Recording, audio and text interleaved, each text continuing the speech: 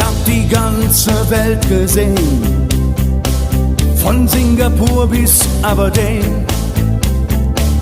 Wenn du mich fragst, wo's am schönsten war, sage ich Sansibar.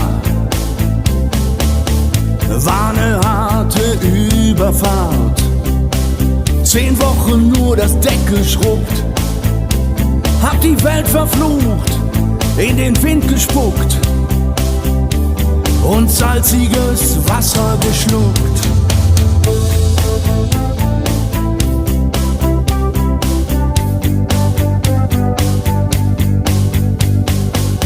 Als wir den Anker warfen, war es himmlische Ruhe und die Sonne stand senkrecht am Himmel. Als ich über die Reling sah, da glaubte ich zu träumen, da waren 1000 Boote und sie hielten auf uns zu.